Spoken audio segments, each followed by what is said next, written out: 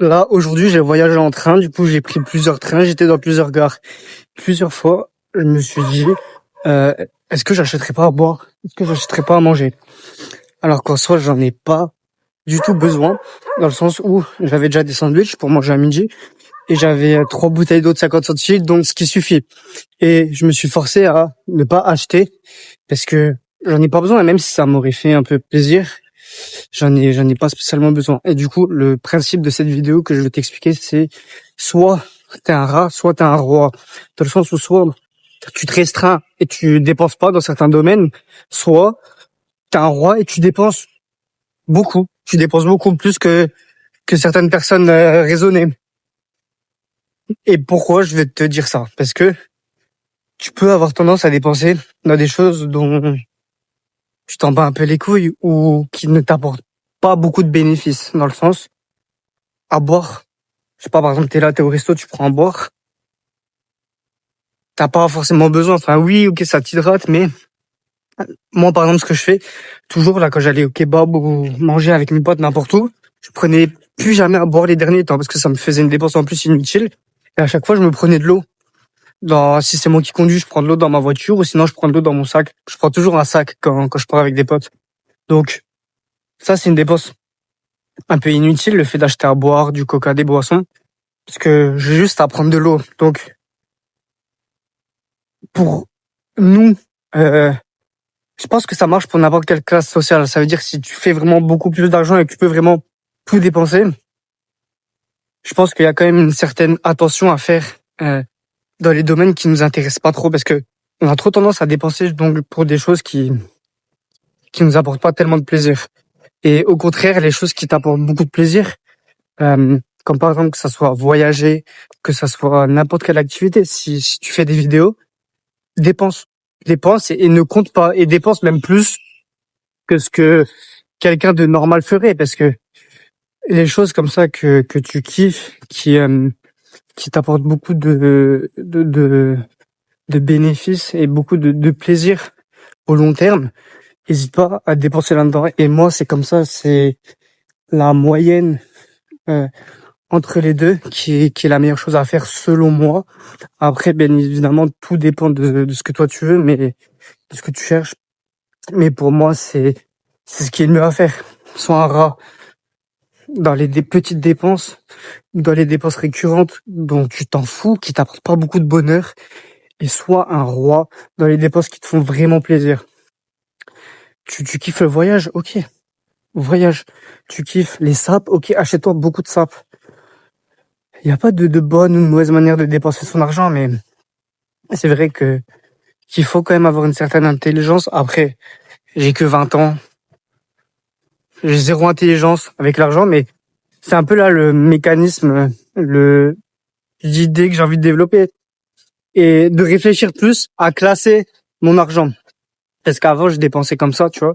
Et maintenant, j'essaie de me dire, ok, cette dépense, est-ce qu'elle me rend vraiment heureux ou pas? Si elle me rend vraiment heureux, je dépense comme un roi, je compte pas. Si je vois, si ok, ça me rend un peu heureux, mais en vrai, je peux m'en passer comme dans les gares, je voulais m'acheter un truc à manger, j'ai pas besoin. Ou bien un truc à boire, j'ai pas besoin non plus.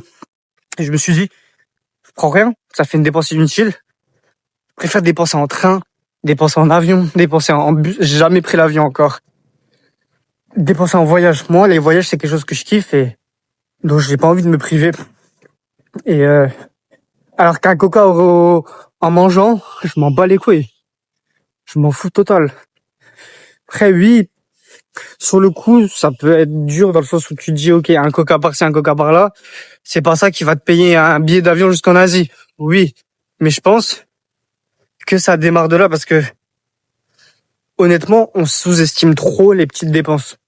Hop, un resto par là, hop, du carburant par là, hop, un cadeau par là. Ça part tellement vite. Donc, je dis pas, sois un rat avec tout. Non, c'est pas ça. Je dis pas, fais attention à toutes tes dépenses.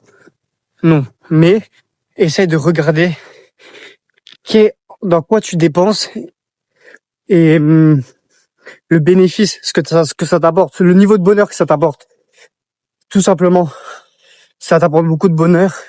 Vas-y. Si tu dis, ok, je peux m'en passer. Dépense pas, tout simplement. Tout simplement. Mais le concept là, il est très simple à comprendre, mais je pense qu'il est vraiment essentiel pour nous aider à grandir et à mettre justement beaucoup plus d'argent dans les projets qui nous tiennent à cœur.